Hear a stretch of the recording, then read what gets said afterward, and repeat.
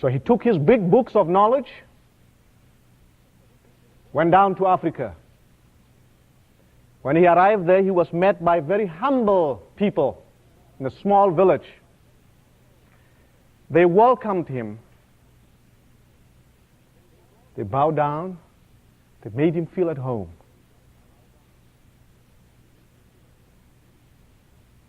There was something strange that was happening in that community, and the professor saw it.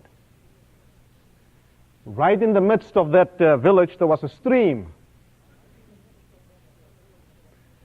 And in the middle of the stream, there were crocodiles. And children would go and play in the stream, and they knew when to get in and when to get out of the stream. The parents would be busy doing their own chores. They wouldn't be looking after the children. In a strange way, there was some kind of balance of nature. Some of those things that we can only explain them using the divine words.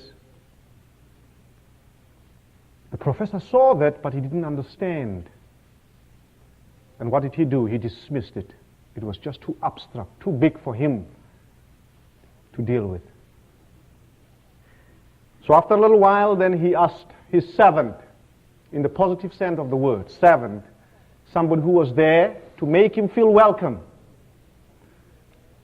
to come on with a canoe so that they can go into the stream. And the servant, the African, brought the canoe and they went into the stream. The professor came with his big books of knowledge, into the canoe to go and do his research.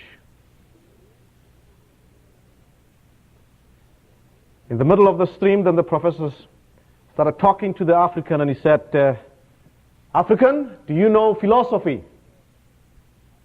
And the African said, no. And the professor took his glasses out and he chewed them at the back and he said, African, your life is gone. In other words, now I'm going to civilize you. After doing what I have done with you, you'll be a different person. Then the African just kept quiet, and after a few minutes, again, the professor took his glasses, looked at the African and smiled again, and he said, African, do you know theology? And the African said, no, professor. The African was starting to wonder on what's wrong with this man here. And so, at that very same moment, one of the crocodiles came into the canoe, started to knock against the canoe. And the African, of course, realized that probably the crocodile is upset with what's happening. The balance of nature has been disturbed. So he took his paddles and started to paddle away, right into the stream. And as they were going into the stream, then several crocodiles started to come to the canoe. And by that time, the professor's books were sprawled all over the canoe. And those small little eyes behind those round-rimmed glasses were starting to bawl. And he was scared. And the African looked at the professor and he said, Professor, do you know crocodology? And the professor said, no. And he said, Professor, your life is gone.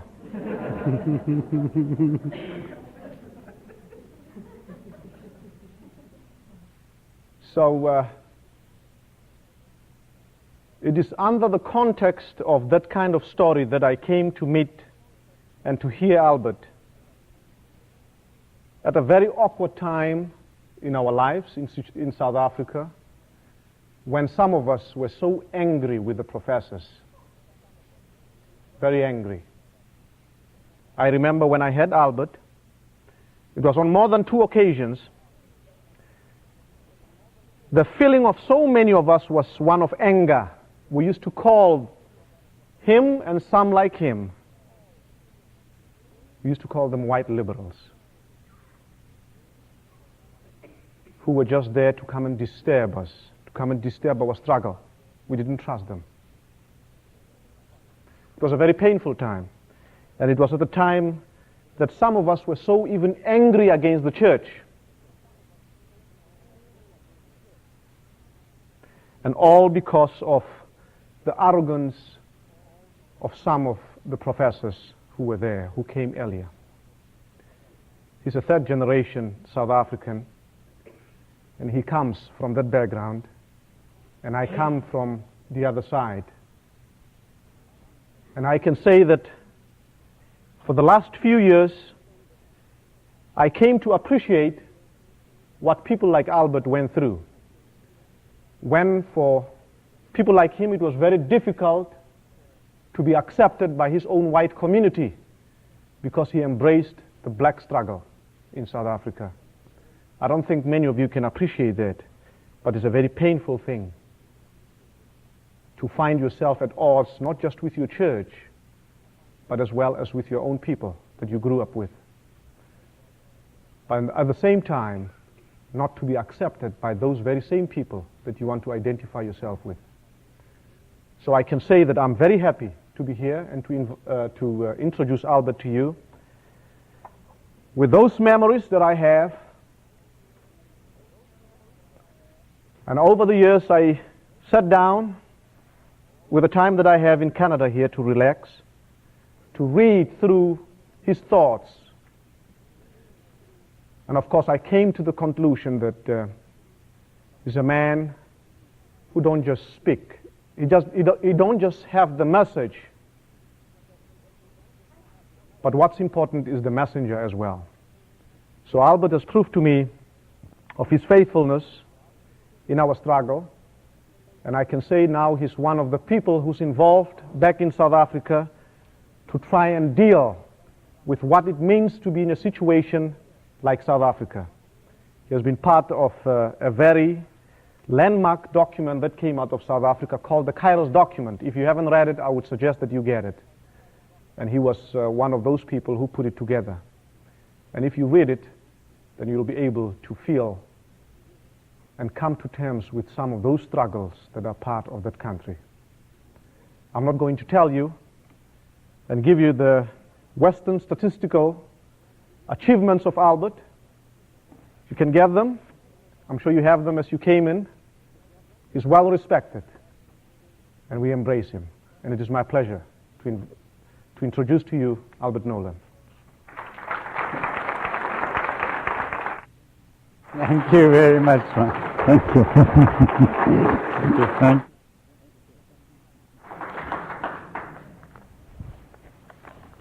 Thank you very much for the introduction. It isn't exactly the kind of introduction I expected in Canada by a South African, but I was very pleased. Thank you. I'm not sure what you were expecting this evening.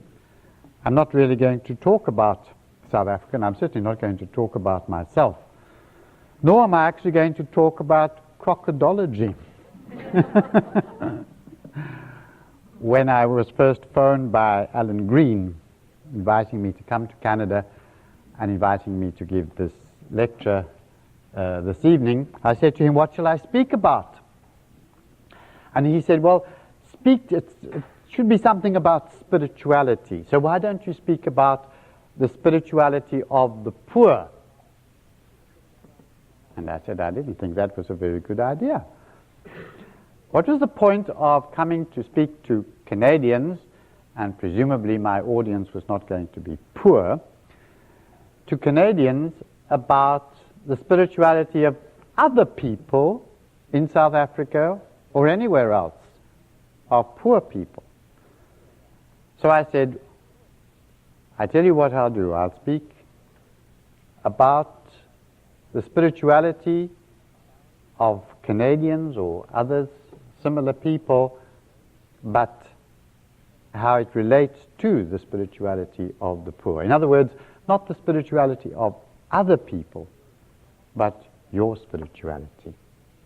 And the reason for that is that generally what I do in what is called contextual theology or contextual spirituality, we try to talk to and talk with people about their context, not about somebody else's context.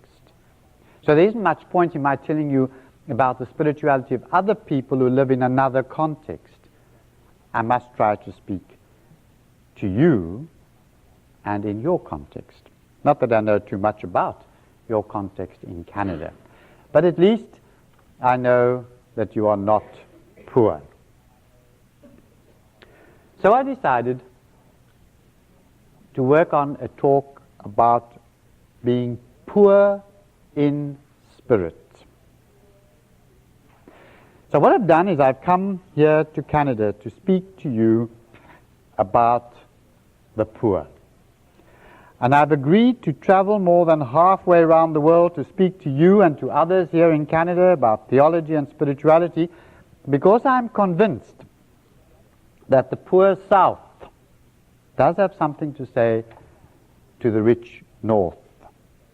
And I'm sure that's your expectation too. So to begin with, I'd like to thank you for inviting me to address you here this evening, to thank Mike Higgins and Mary Malone for inviting me here. And I'd like to thank you for coming here this evening to listen. And may God help me to be an adequate witness to the sufferings of the poor and the spirituality of the poor insofar as it relates to you. To be a Christian, a disciple of Jesus Christ, is to be poor in spirit. This is sometimes understood in a way that cleverly manages to exclude real poverty and oppression. It is said that what we must strive for is spiritual poverty. And my argument in this lecture will be that the poor and the oppressed of this world are at the heart and the core of everything that is meant by Christian spirituality. And that any attempt to exclude the poor, any attempt to have a spirituality that does not center around the poor, would not be Christian at all. It may be a spirituality of some kind, but it would not be a Christian spirituality.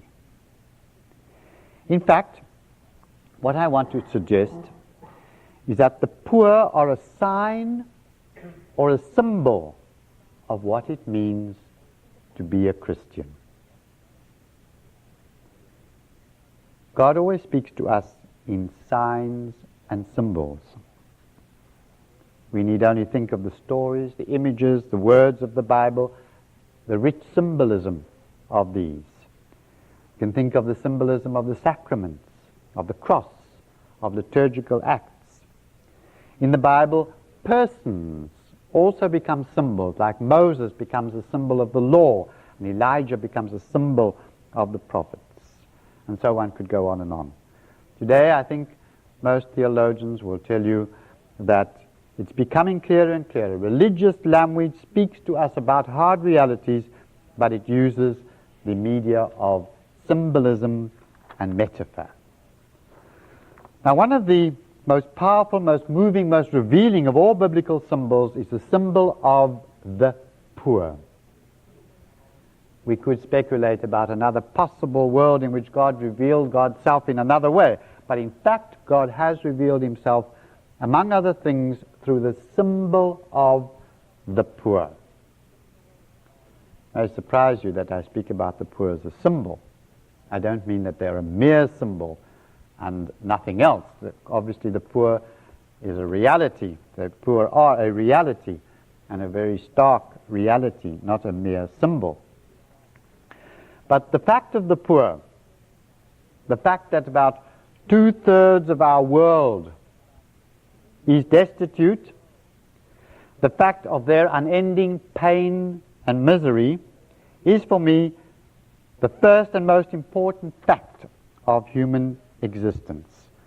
So if I now say that they are a religious symbol, I'm not wanting to say they're a mere symbol, but to point out, to say rather, that they point to something beyond themselves, to the whole meaning of Christian spirituality.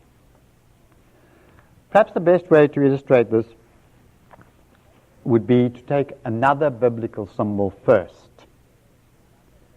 The symbol of the child. We know the story. Jesus placed a little child in front of his disciples and he says, unless you change and become like a little child, you will never enter the kingdom or reign of God. What's happening here? Jesus is using the child as a living symbol of innocence, simplicity, sincerity, openness. And he's contrasting this implicitly with the characteristics generally of adults, which is the opposite, namely deviousness, duplicity, pretense, hypocrisy. The child then becomes a powerful symbol of what we should become or return to in our spiritual lives. This doesn't mean that the child is now a mere symbol. Far from it. Jesus was very concerned about his disciples' attitude to children. They want to chase the children away. But Jesus wants to allow the children to come to him and even allow them to interrupt his preaching and his teaching. He acknowledges their presence. He listens to them. He hugs them and he blesses them as any good parent would do. So we can't become like children if we have no liking or love for children. And of course, children can also be naughty. They can test our patience to the very limits. It's not everything about children that we are supposed to imitate. We should learn from their innocence, their simplicity, their sincerity, their openness. But there would be no value in imitating the immaturity, the irresponsibility, and the dependence of children. That would be childish rather than childlike. And how many well-meaning Christians, and especially religious, have made that mistake? They remain children. They remain dependent upon a mother figure or a father figure. They refuse to take responsibility for themselves or for others. They never grow up and mature. We must make a very clear distinction then between the spirit of the child and the immaturity of the child. We must return to the simplicity of the child while we overcome the naivety or immaturity of the child. So much for the child as a symbol. Now I'm suggesting that in a very similar way, in the Bible, the poor are also a religious symbol. I think we all know that the theme of the poor is a very central and important theme in the Bible, but it's impossible to understand Revelation or salvation without understanding what is meant in the Bible by the poor. We have basic statements like, "Blessed are you who are poor, yours is the kingdom or reign of God." I think we also know that the reality of the poor in the world today, the barbarous excess of suffering, as Schellebeck says, is a terrible, horrible thing. And so we have the phenomenon that in the Bible itself and in reality, the poor and poverty is ambiguous. Is poverty a good thing or a bad thing? Sometimes in the Bible, the poor are presented to us as models of Christian living, while at other times poverty appears to be a curse that must be eliminated. Are we supposed to sell everything and join the poor in their suffering and their deprivation? Or are we supposed to find a way of bringing some measure of prosperity to everyone? Are the poor a symbol of something good, simple Christian living, like the child? Or are the poor in our world a symbol of human pain, of suffering, a symbol of all that is wrong with our world? I think the symbol of the poor in the Bible, like the symbol of the child, is ambiguous. But it doesn't have to be confusing. If we make a clear distinction between the suffering of the poor and the spirit of the poor. The suffering of the poor is something that must be overcome, must be eliminated. The spirit of the poor is something that must be imitated and spread. Poverty is a scandal, but the poor are an example. So this symbol has two sides to it, and we need to take the one after the other. First of all, the suffering of the poor.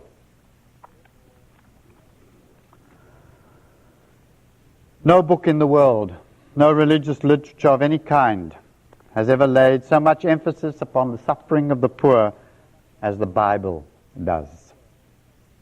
Chapter after chapter tells us about the misery, the pain, the unbearable burdens of people. We read from the beginning about the oppression of Hebrew slaves in Egypt, about their hunger and thirst in the desert, about the intolerable sufferings of the poor in the time of the prophets, the sufferings of Job, the suffering servant, the lamentations over Jerusalem, the cry of the poor in the Psalms. In the time of Jesus, we read about the blind, the lame, the cripple, and finally the suffering of Jesus himself on the cross. In many ways, it's probably the most important thing in the Bible, in the sense of the most important starting point in the Bible. And I actually thought at one stage that I would come here this evening and just simply tell you about the unbelievable suffering of poor people in the world. And it could make a lecture of its own, just to tell you about that. How the majority of human beings actually live. Because one of the things that I get very annoyed about is the way in which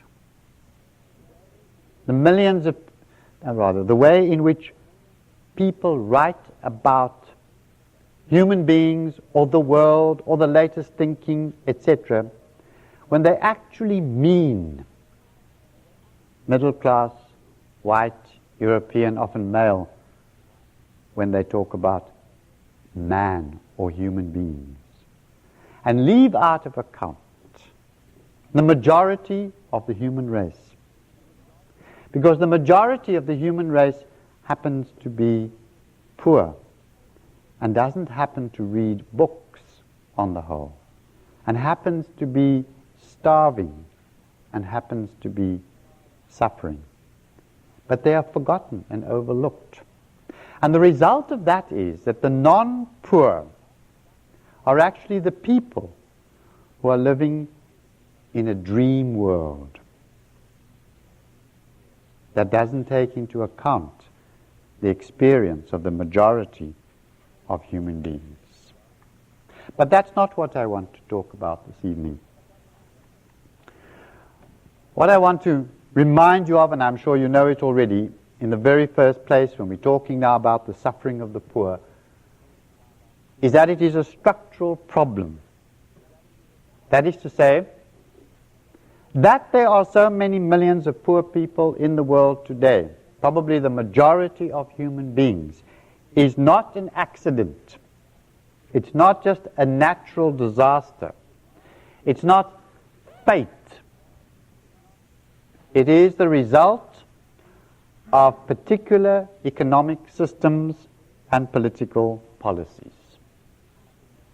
As somebody once said, poverty is something that has been manufactured by human beings, by their policies and systems. And the Bible says the same thing, but not in those words. In words that are even more trenchant and sharp. Because according to the Bible, the suffering of the poor is the result of sin. Not the sins of the poor themselves, but the sins of the rich. There may be some rare and exceptional cases when someone becomes poor because of his or her own laziness or neglect. And sometimes you have people who choose poverty, voluntary poverty.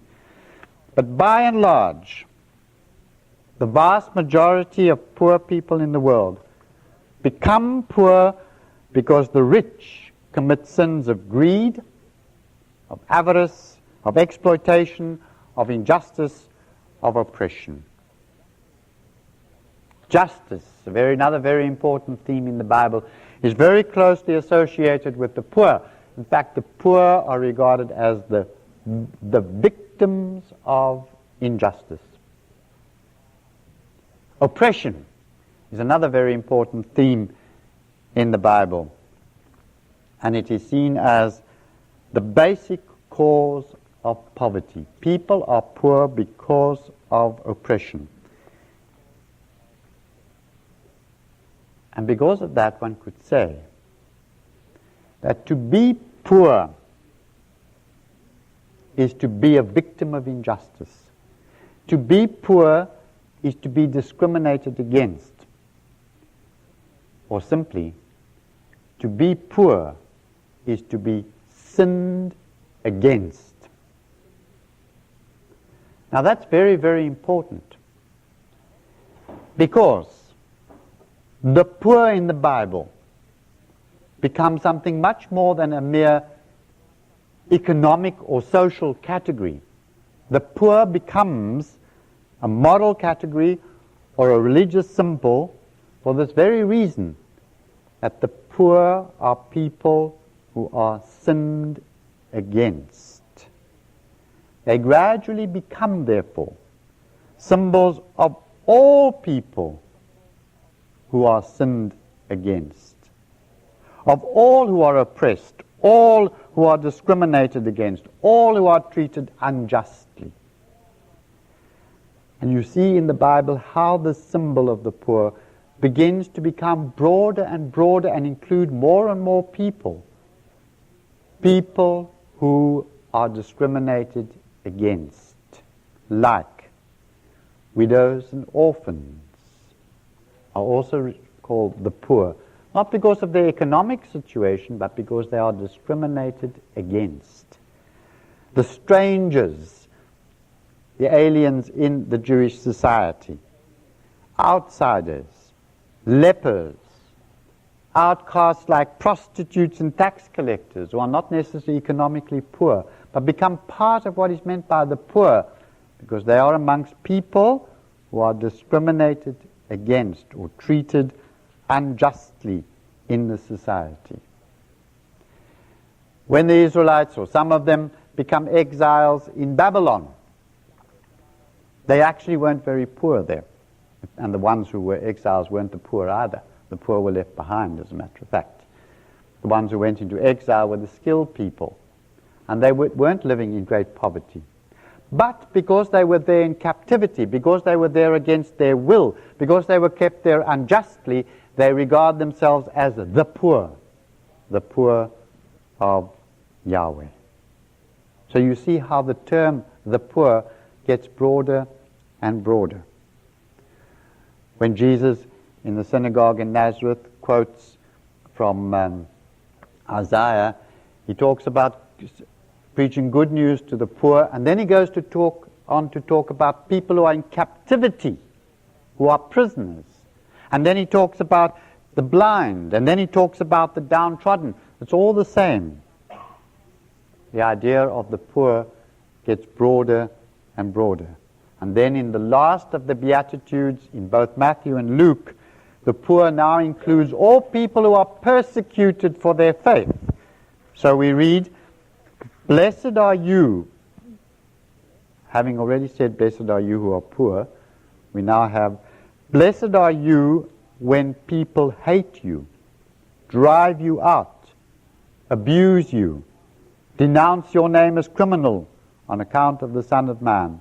This was the way their ancestors treated the prophets." So anyone discriminated against, hated, and so forth, becomes part of the poor. From the point of view of social life today, we could add to this list of groups that are discriminated against and that would be covered by the symbol of the poor. One could say blacks, women, gays, Jews, immigrant workers, handicapped people, and in North America, one could add Hispanics, Native Americans or Native Indians, Native Canadians like Mohawks. All such people would be covered by the biblical symbol of the poor because they are all oppressed or sinned against. One might use the British word for it, the underdog of any kind in any society. Thus, while the poor refers in the first place to people who are hungry, thirsty, homeless, and penniless, they become a symbol of everyone who suffers because they are sinned against by others. And in that sense, it becomes a moral and a religious category. And that's also the reason why we say God takes sides with the poor, and that we must take sides with the poor. Because then God takes sides with those who are sinned against. And we have been asked to always take sides with those who are sinned against. And when our struggle is always a struggle against sin and suffering, not only for the sake of the sinner, but for the sake of those who are sinned against. And the salvation that we believe in is not only a salvation from the guilt of sin, but it's a salvation from the suffering of those who are sinned against. Or as the famous Conference of Medellin put it, we are saved from sin and from the consequences of sin. So much for the suffering of the poor. I'm saying that the sufferings of the poor is understood in the Bible as their being sinned against, and all people who are sinned against become the poor. So to that extent, the poor is a symbol of all that is wrong with our world. But there's another side to it. The poor can also be a symbol of all that we should be. I call that the spirit of the poor. The spirit of the poor in the Bible, like the spirit of the child, is presented to us as something to be imitated by all Christians. I've already pointed out that the child, the spirit of the child is characterized by certain virtues like innocence, simplicity, sincerity, openness, and that is the opposite of what is seen as the spirit of adults, typical of adults, the typical faults of adults, like hypocrisy and insincerity. Now, in a similar way, the spirit or the virtues of the poor are defined in relationship to the sins that are typical of the rich. So we might say that the spirit of the poor is the opposite of the spirit of the rich. Now, the Bible gives us a very clear picture of the spirit of the rich. They say it is a spirit of pride, arrogance, and boastful superiority. So, for example, in the Song of Mary, the Magnificat, the rich and the powerful are described as proud-hearted or proud of heart. It is the spirit of greedy selfishness and grabbing individualism. Spirit of the rich is regarded as an idolatrous spirit because it is the spirit of worshipping money. And the spirit the rich are spoken about in the Bible as always fraudulent, deceitful, aggressive, cruel, violent, merciless.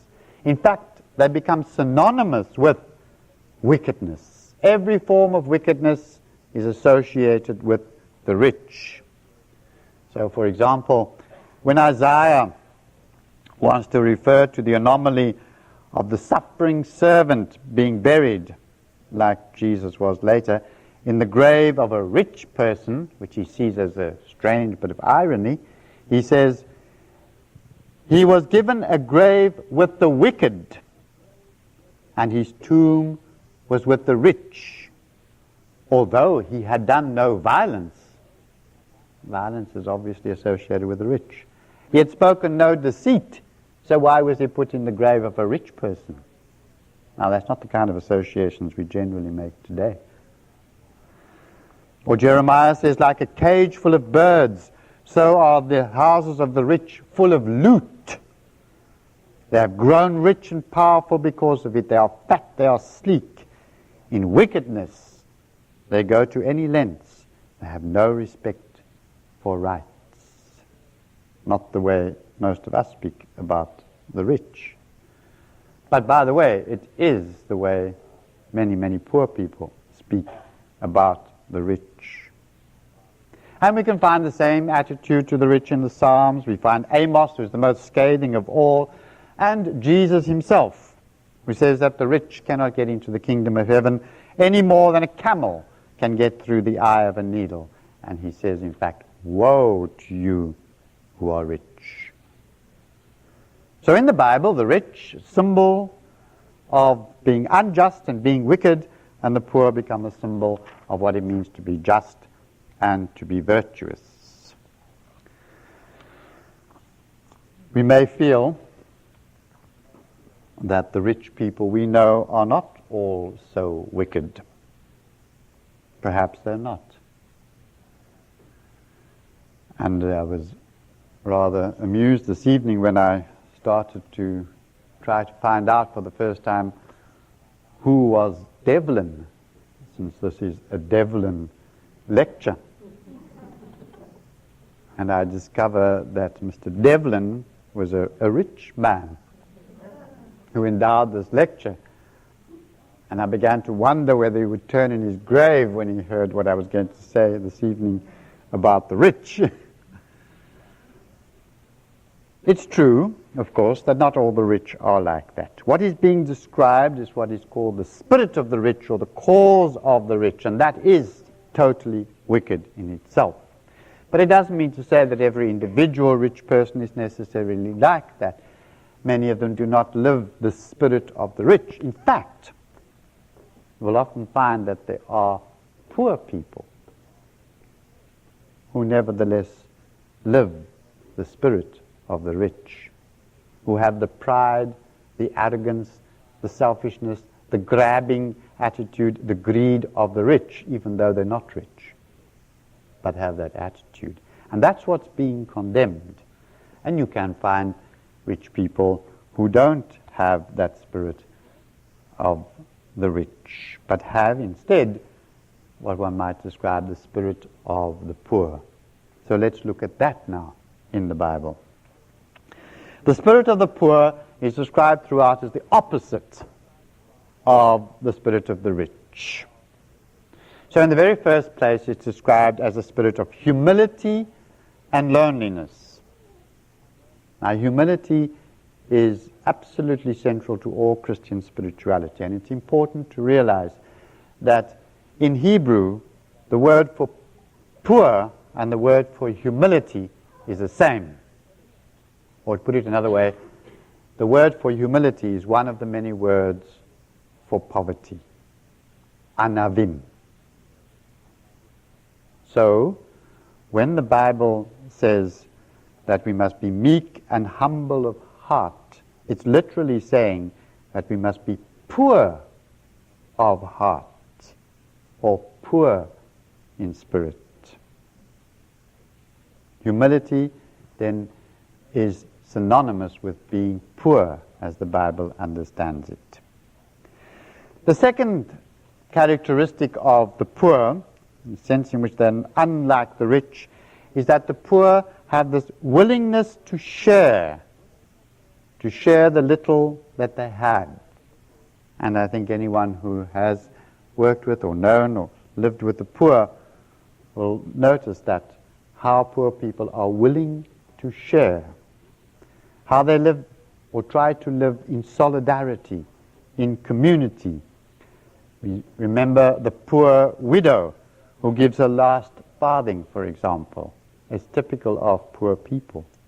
And we read about the sharing of the early Christians in Jerusalem. This willingness to share is a characteristic of the poor and part of what it means when we talk about the spirit of the poor.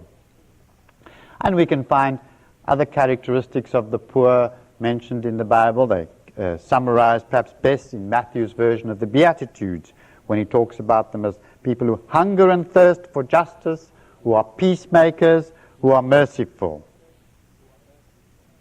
The poor, as people who are victims of injustice, generally become people who hunger and thirst for justice. The poor, as people who suffer violence, who are treated with violence so very, very frequently, as I've seen so often in South Africa, inevitably become people who want peace. The poor, as people who are treated mercilessly, generally themselves will not want to treat others mercilessly, will want to be merciful. The other thing that's characteristic of the poor is faith and hope. Because the poor generally don't have money, because they don't have power, because they don't have privileges, they're much more likely to put their trust in God. There's no power, there's no money to put your trust in. There's no privileges to rely upon. So you're more likely to trust God. Not that on the whole, the poor are the sort of people who sit back and wait for God to do it. It's characteristic of the poor that they're very resourceful people, very determined, very, very patient, and very hopeful. I saw just recently people in South Africa who live in what are called squatter camps, who put up their own little shacks in places where they're not supposed to do that, and where the police come and will bulldoze the shacks, or they'll come again and burn down the shacks. In this particular case, they burnt down the people's shacks. The people run away, and the next day they come back, they clear the ground, and they put up the shacks again. And the police will come and they will bulldoze the shacks. A day or two later, people will come back, they will find more wood, they will find more tin, and put it together and put up a shack again and again and again. The spirituality of the poor is a reality, but I don't think we're expected to believe that the poor are all saints, any more than we are expected to believe that our children are all saints. The poor, like the child, I'm saying, are a symbol. They are a symbol of what it means to be human in an inhuman world. They are a symbol simply because they are not rich. There's nothing special about being poor, except that you are excluded from the dominant culture. You are excluded from the materialist money culture. You are excluded from the world of consumerist madness. And so, you can become a symbol of what it means to be human. The poor have nothing to offer. Their spirituality has nothing to offer, except that they remained human when most of the rest of the world, the rich, did not. The poor are different only because when the rich began to treat things as more important than people, the poor were excluded. When the rich began to treat people as mere objects, the poor manage to continue to treat one another as human beings.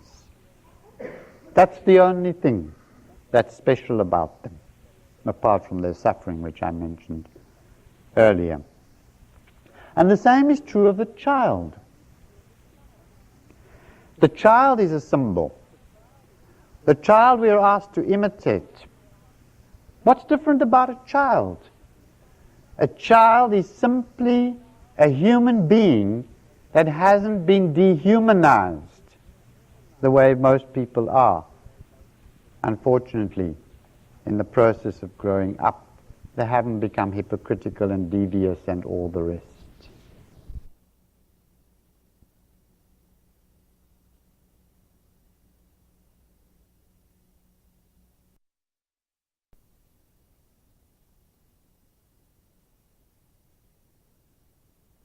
Unless you change and become like the poor, you will never enter the kingdom of God.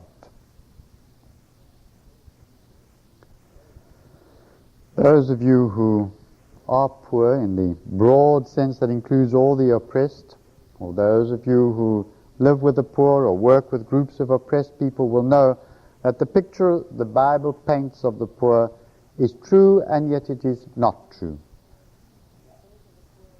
The spirit of the poor is an ideal that is not always lived by the poor and oppressed themselves. There's a large number of truly heroic people amongst the oppressed, but there are also people who have been dehumanized. There are also amongst poor people those who drink too much, for example. There are amongst poor people those who become violent. And there are many who are deeply affected by the spirit of the rich. I haven't come here this evening to romanticize or idealize the poor. That would lead to a great deal of disillusionment for anyone who works with the poor. However, as Christians, we do have something else. We have in Jesus Christ a perfect embodiment of the spirit of the poor and the sufferings of the poor. If the poor are a symbol in the Bible, then Jesus is the incarnation of that symbol, just as he is the incarnation of the symbol of the child. Jesus emptied himself not only to become a human being, but to become a slave, to become an oppressed human being. He was persecuted, he was sinned against, he was killed. He identified completely with the hungry, the thirsty, the naked, and he said, "Whatever you do to the least of these, you do to me." Jesus, more than anyone, illustrates what is meant by this ideal, the spirit of the poor. The spirit of humility, of service, of sharing, of solidarity, of peace, and so forth, is found fully in Jesus. So he becomes the poor. Which means that anyone who is converted to Jesus without turning to the poor doesn't know what Jesus is, who Jesus is. Anyone who claims to be born again without discovering the spirit of the poor in Jesus hasn't been born again. And anyone who hasn't seen the face of Jesus in a child or in an oppressed human being hasn't seen the face of Jesus. I said in the beginning that it's going to talk about what it means to be poor in spirit. And I think by now it's probably quite clear what I mean. To be poor in spirit is to opt for the spirit of the poor and to turn away from the spirit of the rich. To be poor in spirit means to side with the poor in their struggle against the oppression by the rich. To be poor in spirit is to move out of the world of sin that is represented by the rich and to move into the world of those who are sinned against. To be poor in spirit is to discover Jesus amongst the victims of injustice. To be poor in spirit is to be born again, to suffer and to die with the poor Jesus, and to rise again with all who are oppressed. Blessed are the poor in spirit, Jesus says. Theirs is the reign of God. If this then is the true meaning of Christian spirituality, what are we to think about our churches, our parishes, our religious communities? What about those parishes where the spirit of the rich reigns supreme? What would happen if we began to introduce the spirit of Jesus into such parishes? Would we suffer the same fate as the young actor in the film Jesus of Montreal, who tries to do just that? And I take it, since you live in Canada, you have seen Jesus of Montreal. We see it in South Africa too. But to be really practical and finally now, what would all this mean for you in Canada today? The first step, if you haven't already taken that step, would be to make contact with, or to develop further your contact with, the world of the poor. And if you remember that that means all people who are discriminated against, then the world of the poor is not simply the economically deprived people of Toronto, and I'm sure there are such people. It doesn't only mean third world solidarity groups. There are such groups. But it means making contact with any groups that are discriminated against and are struggling for their rights. Women's rights, gay rights, the rights of blacks, the rights of Mohawks, whatever it is. And it will include handicapped children, unmarried mothers, street children, AIDS sufferers, alcoholics, or any other outcast. This would be the underside of the dominant culture of Canada. And it will be from that underside that the poor in spirit must begin to look at Canada and the rest of the world. It will have to be from this perspective that to be really spiritual, to have a truly Christian spirituality, one would have to replan, if one hasn't already done so, your life, your work, your involvements, your interests, your lifestyle, your whole spirituality, if it is to be according to the spirit of the poor. It would entail taking up the cause of those who are sinned against, whoever they might be. And it would mean doing this step by step. All spirituality has its stages and steps. And as one does it and gets more involved in doing it, so one's life would change. And so this kind of spirituality would have to develop. It would be full of disappointments, anxieties, depressions, dark nights maybe, but also full of new insights and excitement and developing sense of coming nearer to the living God. Obviously can't go into all that kind of thing. But the only thing I wanted to point out tonight is, as I understand the Bible, and as I understand what it means to be a Christian from my own experience in South Africa, we haven't even started on the journey of real Christian spirituality until in some form or another we turn to the poor and oppressed of our world today, until we commit ourselves to the process of becoming poor in spirit. Thank you.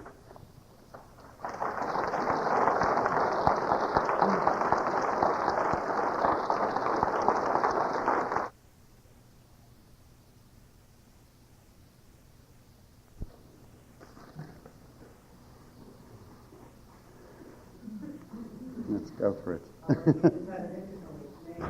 Mm-hmm. Oh, yes. Do you think I really need this? Do I? No. Oh, it won't record if I don't. Oh, dear. Yeah. Okay.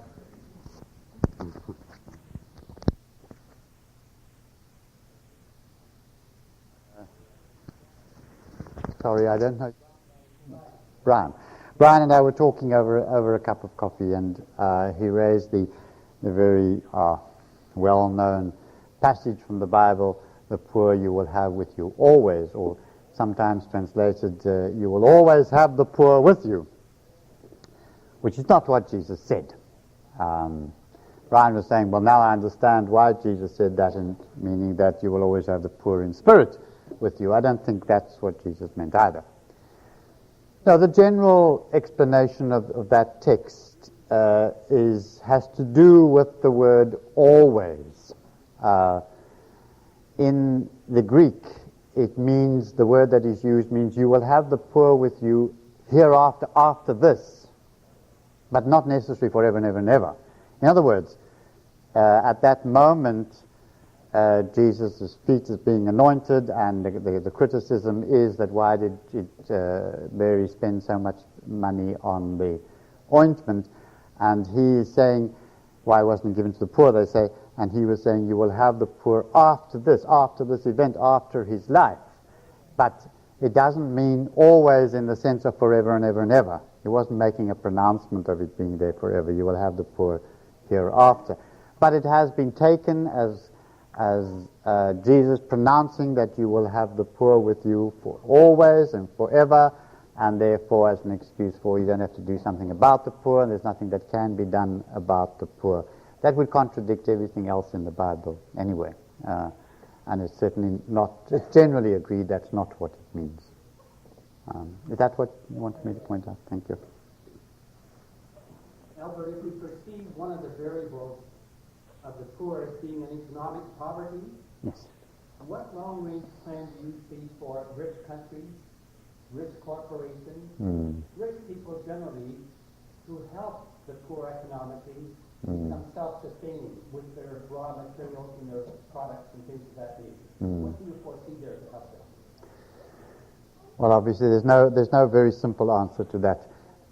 One needs to begin with the causes, and as I said earlier, the principal cause is that poverty is a structural problem. In other words, we're not going to solve it with any kind of alms giving, even on a massive scale. And aid and all that kind of thing is not the way to solve it at all. Certainly not loans, which later on become unpayable debts that simply make third world countries even more dependent than ever before on first world countries.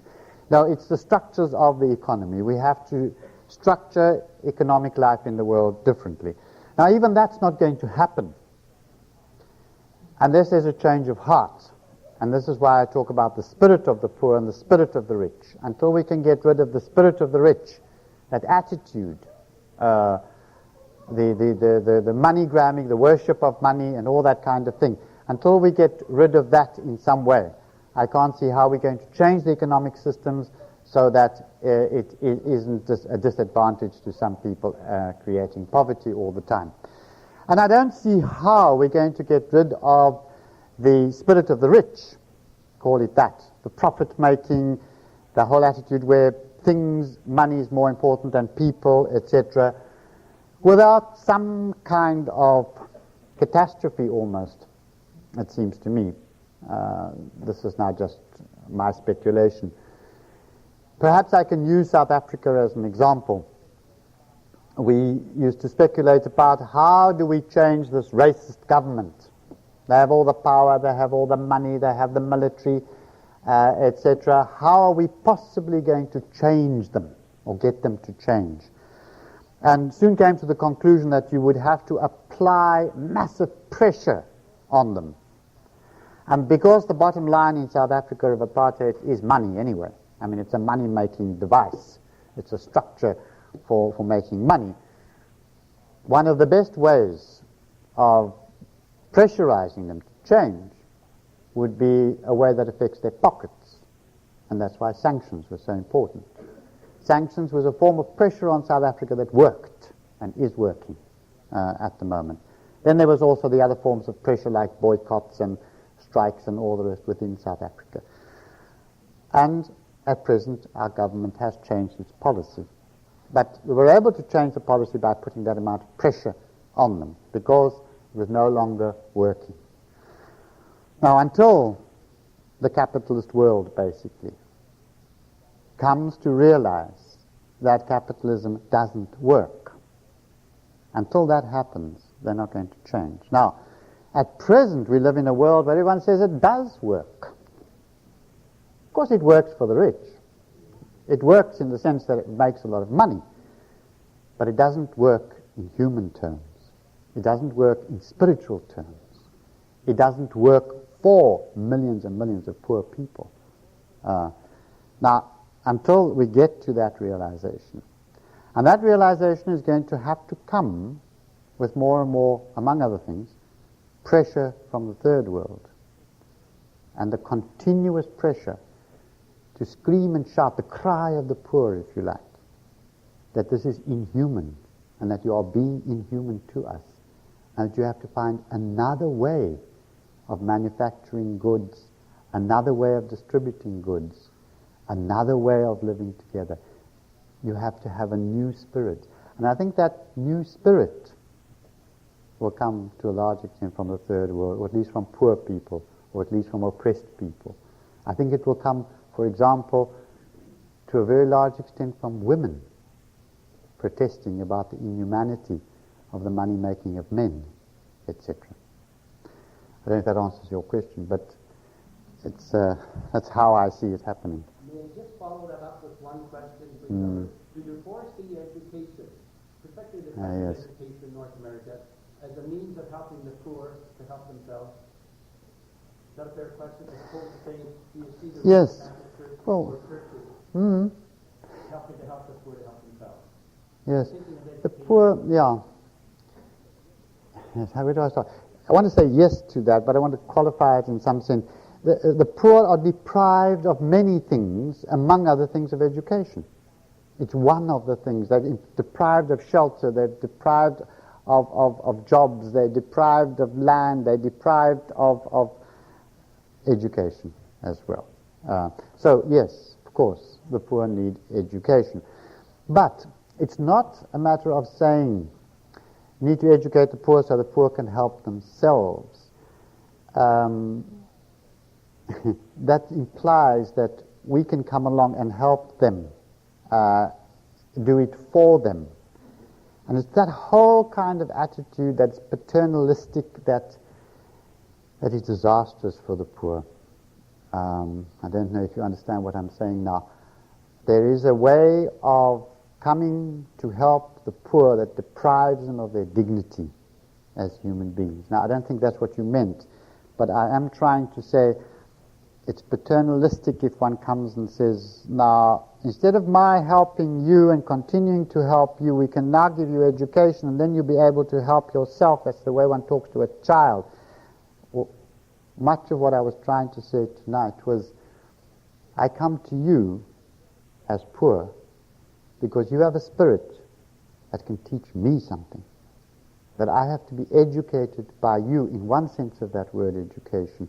Although I might have a lot of technical knowledge and information that's valuable to you because I was privileged and you were deprived, and I will help you by giving you that, but you can help me in ways that are much more important. Am I making sense?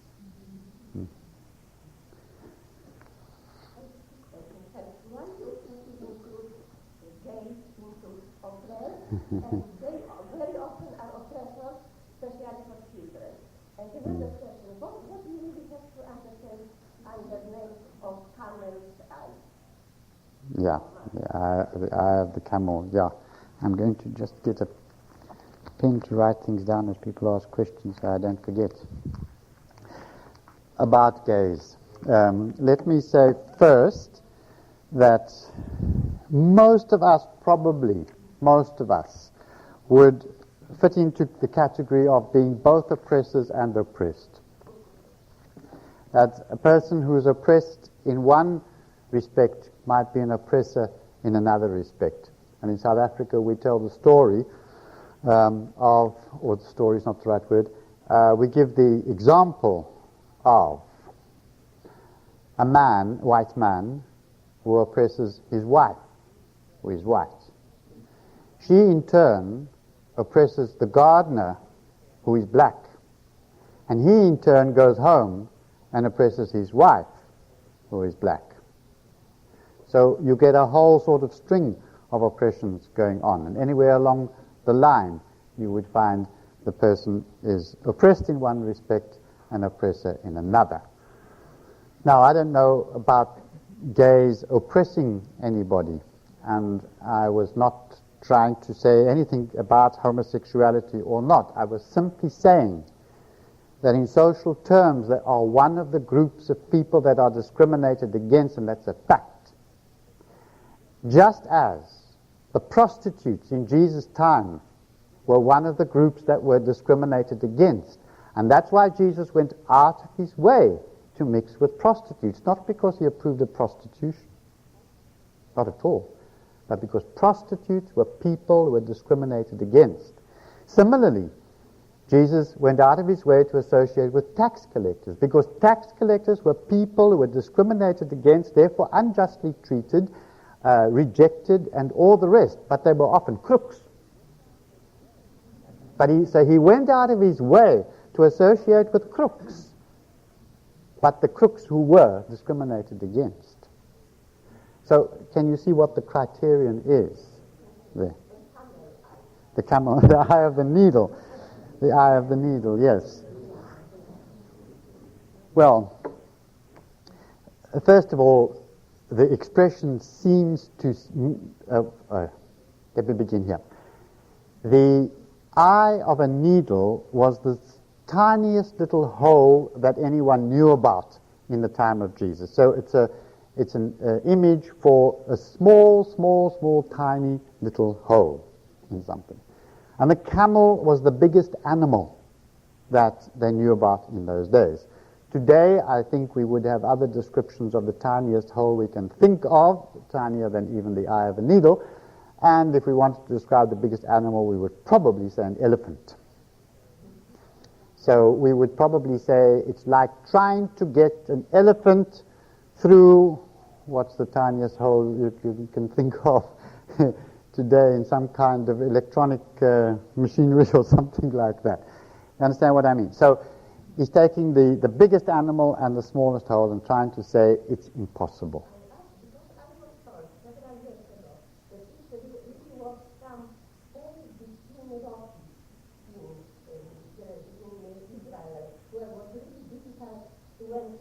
The camel, yeah. Yeah. There are many stories like that. There's some people say it's a rock, as you say. Other people say that it was a particular gate in Jerusalem where it was difficult to get through with a camel because the gate was so low. Other people say that it is the eye of a fisherman's rope or something like that. The very fact that there are 101 explanations like that of it is given by people who think it requires an explanation.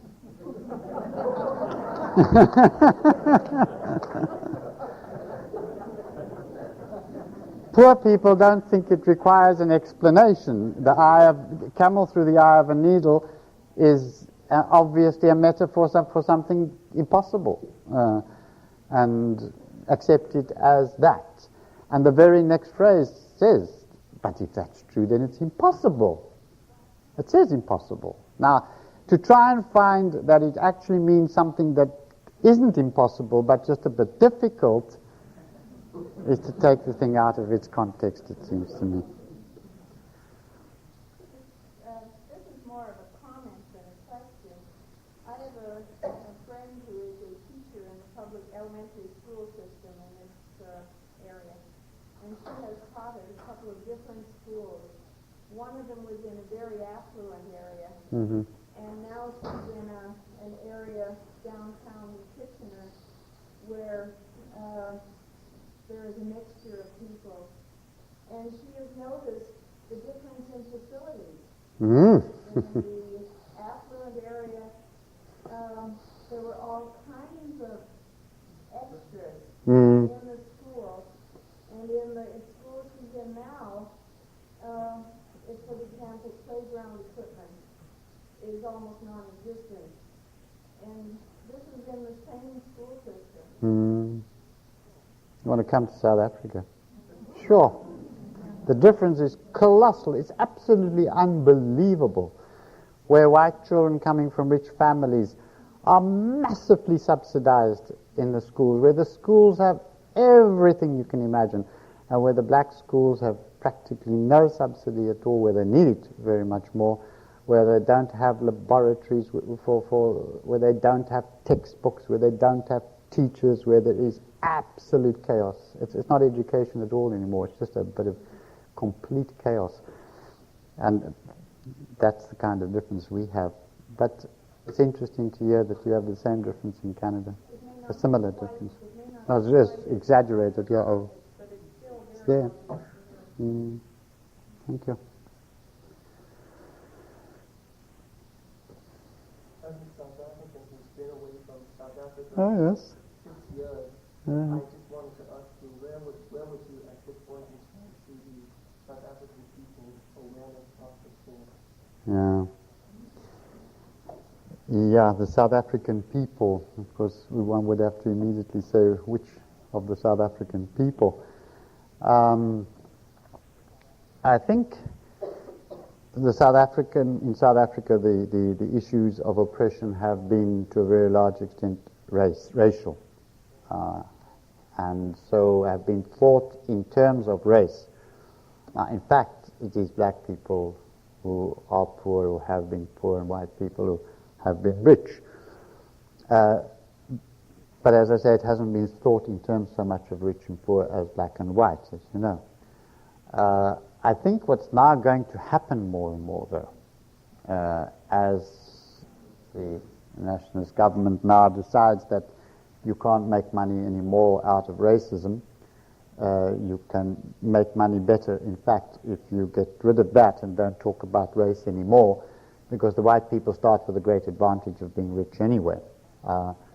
So that what's going to happen now is, having struggled for years for political justice of one person, one vote, now we start the longer, much more difficult struggle of economic justice in South Africa. And that will become a rich-poor thing, and people are becoming aware of this. The way it is usually described is, now we must work for the redistribution of wealth. Now we must do something about the huge economic advantage that white people have. Now we must do something about the land and the fact that whites own all the land. We must have a redistribution of land. Now we must not only have white people saying, sorry, we've been racists for such a long time, but now they must make restitution, not only say they're sorry, etc.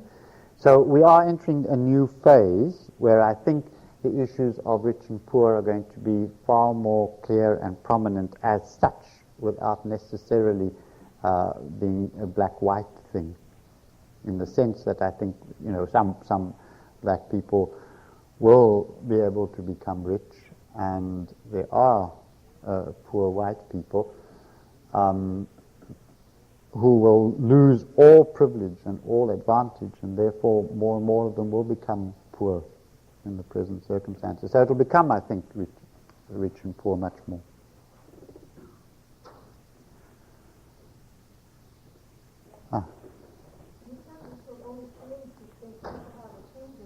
Yes.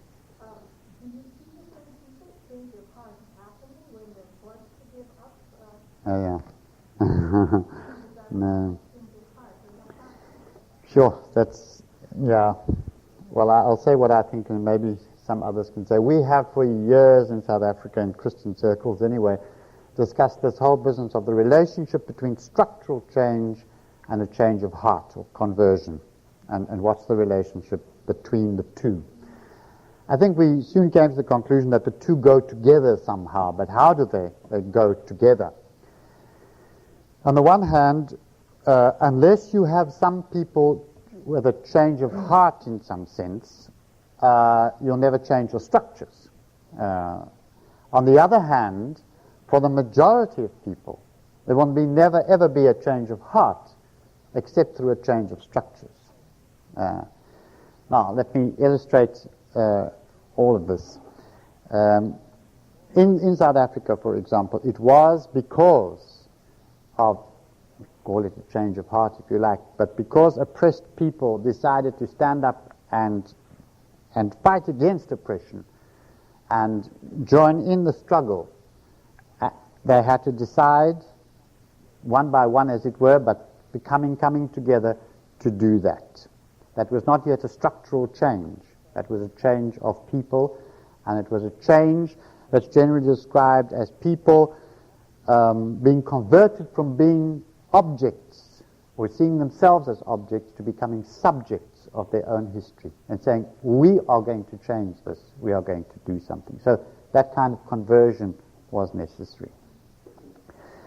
And the pressure of that on other people meant that many others, mostly whites, have now come because of that pressure themselves to change. So now we have the phenomenon. I've just come from a conference in South Africa, the first conference ever of all the churches of South Africa. Churches, as you may know, in South Africa have been divided politically, really, between those who supported the government either explicitly or implicitly and those who fought against the government. Now, they all came together, and those who for years, like the White Dutch Reformed Church and many of the fundamentalist churches and so forth, who had never criticized the government, are now coming and saying, we repent. They are saying, we were guilty, we have done wrong. Even preachers like the equivalent of Billy Graham and what's his name? Jimmy Swaggart, all those sort of, the South African equivalent of all those people, are now standing up, crying, in fact, in front of television, and saying, we have been guilty of the sin of racism, and we were sin of omission because we did nothing about it, and we didn't speak out about it, and we've been wrong, and please forgive us now, and we ask the black people of South Africa to forgive us, and all the rest. Now, maybe there's some element of hypocrisy in it, or something like that, but the point is that if the structures hadn't begun to change, if the government hadn't changed, if the government policy hadn't changed, they wouldn't have changed. And many white people are now suddenly got a whole new attitude because of a structural change. So, they go together, if you see what I mean. There have to be some people who change, if you like, as individuals, to get the structures changed, and only when the structures have changed will a lot of others change. I think that seems to me how change works. Does anybody else have any opinions about how change works structurally? And there are those who say it's all a matter of individuals, or we just got to have a conversion, a change of heart, and then everything will change. It doesn't just happen like that. There are others who say it's structural change. The structures have to change, then everybody else would change. But how do you get the structures to change in the first place? That's the kind of dilemma. You used the word restitution. Yes. I believe at the conference last week, Desmond Tutu Yes. used the same word in response to an NGK pastor. That's who was right. repentant. I see that perhaps similar to taking on the spirit of the poor. Yes. What might that spirit of the poor or the humility or the restitution look like for the white church in South Africa? Yes, I hadn't thought about what it would mean exactly for the church. Well, let's start. I'll just say a few things off the top of my head. Our church is all divided black and white. I mean, the Catholic Church, for example, is 80% black, 20% white. And the first thing you notice is that in a white suburb, which would be a relatively rich suburb, you would have a really posh church and a hall and all sorts of facilities like that. And then you would go to a black parish in a township, and it's a ramshackle building that leaks, and they've got no facilities and things like that. Now, immediately, that would be, a restitution would mean that the white church helps the black, or somehow there's a pooling of funds so that the black church can also build a better church or whatever they need, or another church and that kind of thing. That would be an example of restitution that comes to mind immediately. Facilities, resources would be among the main things. Another one would be leadership. I mean, in the churches, not true of all the churches, but in many of the churches, while membership is on the whole black, the leadership tends to be white. There are numerous reasons for that, quite apart from just whites wanting to always control things and not trusting black people. That's one thing. They would need to learn to trust and to therefore put more blacks in leadership positions and that sort of thing. But there's also issues of education and so forth, you know, the disadvantages of education. There are lots of things that I think whites in the church could do in relationship to blacks in the church. But we generally don't think of it that way. We think of it in social terms. In other words, what whites should be doing in relationship to blacks, whether it's within the church or outside of the church or anywhere. Because there are massive... Apartheid has created havoc. It just created chaos in South Africa. It has ruined the lives of black and white people in quite different ways. People are incredibly alienated. There's now a whole incredible culture of violence and things like that. So what needs to be changed in the sense of the effects of apartheid, the healing that is necessary, the redistribution of everything, including education, is a vast task, quite apart from the land itself, that we all need to now get together and do something about. And what Archbishop Tutu was saying, you can't just say, oh, I'm sorry, I'm guilty, please forgive me, and then carry on living the way you had done before, maybe trying not to be prejudiced, but you have, in a certain sense, now stolen a vast amount of money, land, goods, and all the rest. You can't say sorry and then carry on sitting with the stolen goods. You've got to now do something as a result. I think that's what he meant. It's the same conference I was referring to you.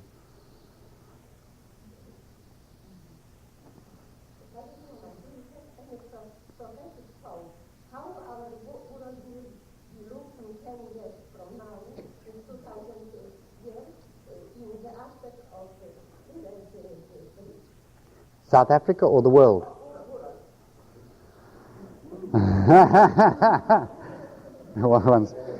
You wouldn't need to be a prophet, you need to be a fortune teller or something to be able to answer questions like that. I think the collapse of the form of totalitarian socialism that we had in Eastern Europe and in the Soviet Union, that is very, very important and very, very significant, I think, in the history of the world. And with that form of socialism, I'm going to repeat, that form of socialism improved to be wrong, not working, and all that kind of thing. I think because of its totalitarianism and authoritarian way of doing it, I think it opens up new possibilities for the world. I think now what has happened is capitalism is now triumphalistic and gloating and saying, you see, we've won and it proves that we are right and the socialists and anybody who's got any other opinion is wrong. And they're riding that wave at the moment, and with Maggie Thatcher and Bush and Reaganomics and all the rest in the United States, and that kind of monetarist capitalism triumphant around the world, we will have a time of capitalist triumphalism, and then I think it will collapse.